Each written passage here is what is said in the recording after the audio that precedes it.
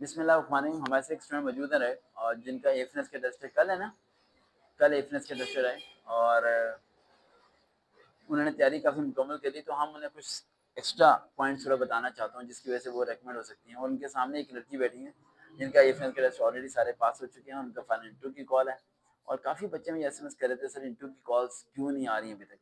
अभी तक maximum girls ऐसी हैं जिनका मेडिकल ही नहीं हुआ। बहुत सारी गर्ल्स ऐसी, कल परसों की बात है, कल गुजरांवाला की एक लड़की को कॉल आई है मेडिकल की, हालांकि उसके टेस्ट को पास हुए अभी 20 से 25 दिन हो चुके थे। तो इसमें हमने रिलैक्स रहना है। लास्ट टाइम जो एफएनएस की बच्चियां पास हुई थी और जिनका इंटरव्यू की कॉल आई थी उन्हें 8 मंथ के बाद, आफ्टर द 8 to 9 मंथ, मैंने बताया था। पहली कॉल जिस लड़की को आई थी वो लड़की कराची की थी, वो मेरी स्टूडेंट थी। और लास्ट कॉल भी जिसे आई थी वो मेरी, यानी इतनी लेवल की स्टूडेंट्स हमारे रिकमेंड हुए थे। ठीक है, तो अब इस बार भी जो कॉल्स है आई होप सो कि 3 मंथ के अंदर आ जाए। इसीलिए मैं आप सब स्टूडेंट्स को कहता हूँ स्टडी कंटिन्यू करो, स्टडी कंटिन्यू करो। मैं क्यों बोलता हूँ, क्योंकि जितनी देर तक कॉल नहीं, जब तक आपके 2 सेमेस्टर हो जाते हैं, ठीक है, लेकिन आप लोग डिग्री स्टॉप करके बैठते हो, जो कि नेगेटिव पॉइंट है। डिग्री स्टॉप कभी नहीं करनी चाहिए। अगर आपका एमबीबीएस का टारगेट है तो देन स्टॉप करें, अदरवाइज कोई आपका टारगेट नहीं है इसके अलावा तो आप स्टडी कभी भी स्टॉप ना करें। ऑनलाइन एडमिशन भेजें लेकिन कंटिन्यू करें। हमारे जो स्टूडेंट मौजूद हैं एफएनएस की तैयारी के लिए, उनसे कुछ चंद सवाल पूछते हैं, देन मैं अपने कुछ बातें बताता हूँ। मेरा पहला पॉइंट, हम ये बताएं कि वर्बल और नॉन वर्बल में क्या फ़र्क होता है।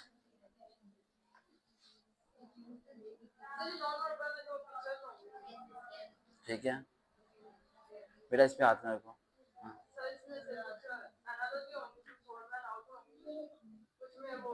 नॉन वर्बल में पिक्चर्स होंगी। हम पहले नॉन वर्बल पे आते हैं। नॉन वर्बल में जो जितनी पिक्चर्स हैं, एक पिक्चर आपको 4 दी जाती है। पहली वाली पिक्चर में 2 एरो के निशान है, यानी तीर के निशान है, जो कि आपके राइट तरफ जा रहे हैं। और दूसरी एरो में भी राइट तरफ जा रहे हैं 2 एरो, और तीसरी में भी राइट तरफ जा रहे हैं एरो। फोर्थ में राइट जाएगा, लेफ्ट राइट ही जाएगा। सेम रूल फॉलो होता रहेगा। ठीक। और अगर पहला राइट है, दूसरा लेफ्ट है, फिर राइट है, फिर लेफ्ट है, फिर पहला राइट, फिर लेफ्ट, फिर राइट, फिर लेफ्ट, फिर राइट, फिर लेफ्ट, नेक्स्ट क्या होगा जी। ठीक है। और अगर ऐसा होता है कि आपको पिक्चर्स में एक कोई ऐसी पिक्चर दे दी जाती है, कोई फ्रेम, बेटा थोड़ा ऐसा, बेटा फ्रेम आपको दे दी जाता है और फ्रेम में कोई पिक्चर मिसिंग है और 4 ऑप्शन दिए गए हैं और चारों ऑप्शन इस तरह किए हैं कि चारों में मैच हो रही हैं, देन आप कौन सा चूज करेंगे, किस तरह मैच करेंगे आप, उसके सारे कॉर्नर मैच करेंगे क्या। हाँ, राइट साइड वाली आपकी जो जहाँ बैठी है वहाँ की राइट साइड आपकी क्या होनी चाहिए, मैच। लेफ्ट साइड मैच हो जाना हो, इससे मैटर नहीं करता। अच्छा, एक आपको पिक्चर वाली डायग्राम दी हुई है फरिया, आई होप आप टेस्ट शुरू कर देंगे। ठीक है बेटा, ना करो इससे बात प्लीज बेटा। अगर आपको पिक्चर दी गई है जिसके अंदर है सर्कल, बाहर है ट्रायंगल, उसके बाद है रेक्टेंगल, सर्कल, ट्रायंगल, रेक्टेंगल, और ऐसी 3 तस्वीरें हो रहा है। तीनों तस्वीरों में उल्ट पुल्ट, कोई ऊपर है, कोई नीचे है, कोई इस तरह हुई है। तो क्या आप तीनों तस्वीरों को फोकस करके अगली तस्वीर को देखोगे या किसी एक तस्वीर को देख के आप फोकस करोगे। नहीं नहीं नहीं, मेरा पॉइंट नहीं समझे आप। वो आप पॉइंट दूसरा समझ रही हैं कि तीसरा चौथा। मैं कह रहा हूँ कि पहली ये पिक्चर, उसके अंदर सर्कल है, सर्कल के बाहर रेक्टेंगल है, रेक्टेंगल के बाहर ट्रायंगल है। क्या है, रेक्टेंगल पता है ना आपको, ट्रायंगल पता है ना आपको। ठीक है, हाँ सर्कल, उसके बाद रेक्टेंगल, ठीक है, उसके बाद सॉरी रेक्टेंगल, उसके बाद ट्रायंगल, ये आ गया। और इसी तरह ये तीनों चीजें आगे मिक्स चलती जा रही है, यानी कभी सर्कल अंदर है तो कभी सर्कल बाहर है। तो ऐसी चीजों में हम किस चीज पे फोकस करेंगे, किसी एक चीज पे, किसी, या तो आप सर्कल को पकड़ लेना, या रेक्टेंगल को पकड़ लेना, या ट्रायंगल को, बस उस पर फोकस करना है कि ट्रायंगल ऊपर है, ट्रायंगल नीचे है, बाहर है, इधर उधर क्या है, सिर्फ एक पे फोकस करना है। कुछ क्वेश्चन ऐसे होते हैं जिनमें डॉट्स लगे होते हैं, कुछ क्वेश्चन ऐसे होते हैं जिनमें सारी चीजें मिक्स हो रही होती हैं। अगर आप एक चीज को फॉलो करो, जैसे एक की टेल है, दूसरे की टेल नहीं है, अगली की टेल और छोटी है, उससे अगली की टेल होगी नहीं, समझिए बात। लेकिन उसके साथ एक टेल है जो कि पूरी चलती आ रही है। ठीक है, तो हम पूरी चलती आ रही है टेल को फॉलो नहीं करेंगे, हम उस टेल को फॉलो करेंगे जो चेंज हो रहा है। यानी अगर आपको तस्वीरों में वो मिक्स करता है तो आपने उस पिक्चर को फॉलो करना है, किसी एक को जो कि ज्यादा चेंज हो रही है, उसी पे लेके एंड तक आपने जाना है। समझ आ गया। और अगर वो ब्लैक और व्हाइट 2 कलर यूज करता है देन आप क्या करेंगे।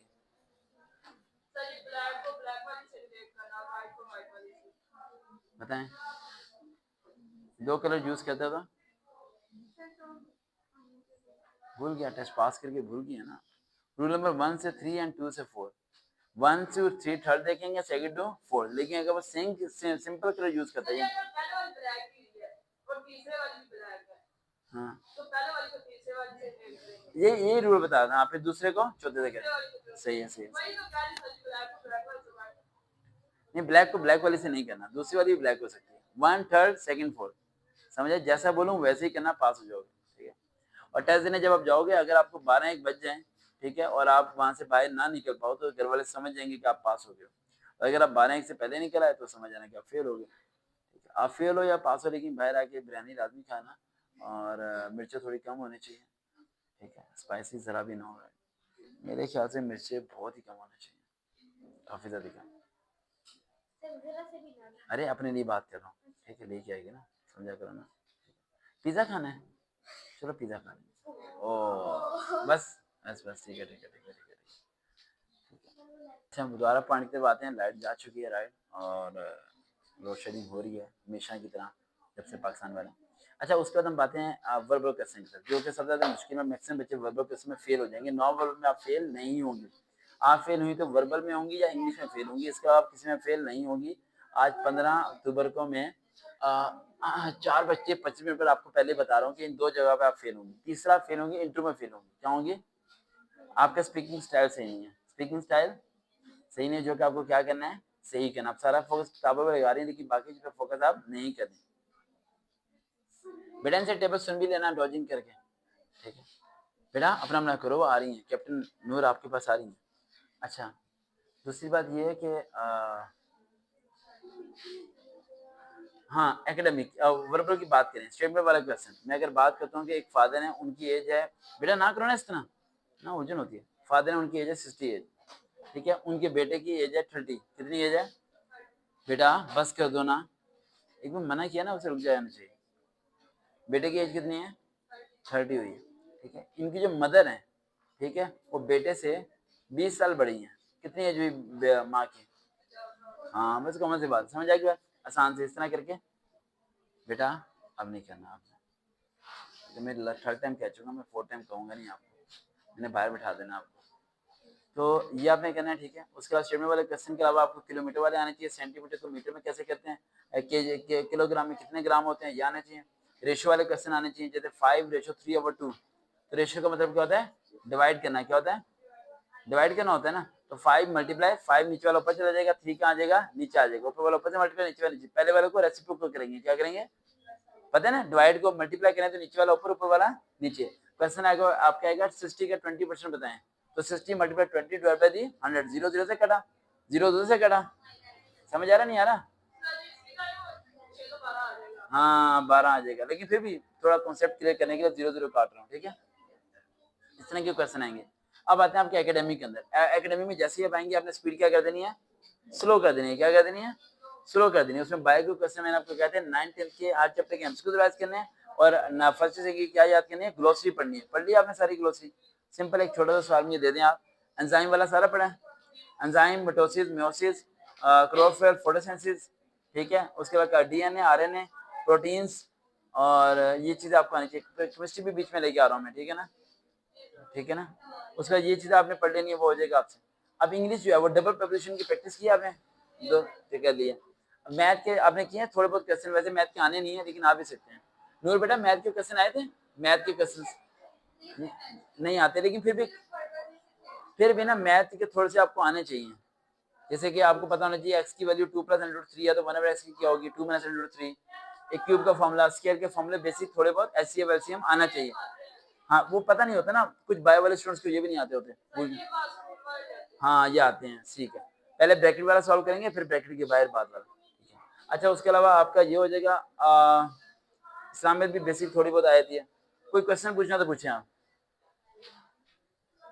ठीक है, पक्की बात है, कल पास होंगे इंशाल्लाह।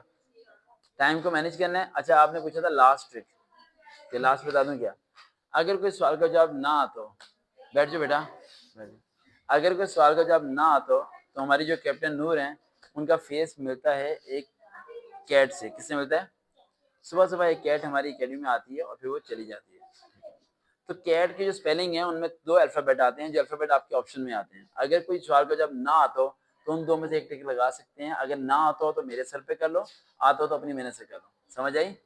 इंशाल्लाह पास होंगे। देखते हैं, चलो हम कैट में दोबारा मुलाकात होगी।